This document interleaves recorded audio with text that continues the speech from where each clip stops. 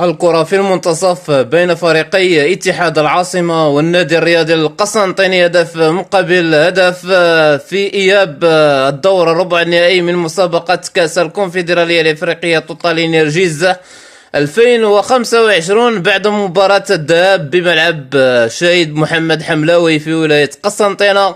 هدف مقابل هدف. هنا الهجمة قسنطينية على الجهة اليسرى.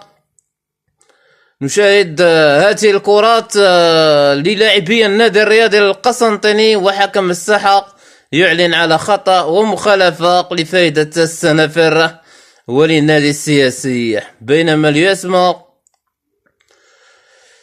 يراقب الوضع على ما هو عليه. إبراهيم ديب يتحصل على خطأ لفائدة فريق النادي الرياضي القسنطيني، للإشارة على أن الفائز والمنتصر من مباراة اتحاد العاصمة والنادي الرياضي القسنطيني في مواجهة نهضة بركان أمين عمر الحكم المصري، والمخالفة قسنطينية في مباراة كبيرة بين الفريقين. أمين عمر الحكم المصري، والمخالفة لفائدة النادي الرياضي القسنطيني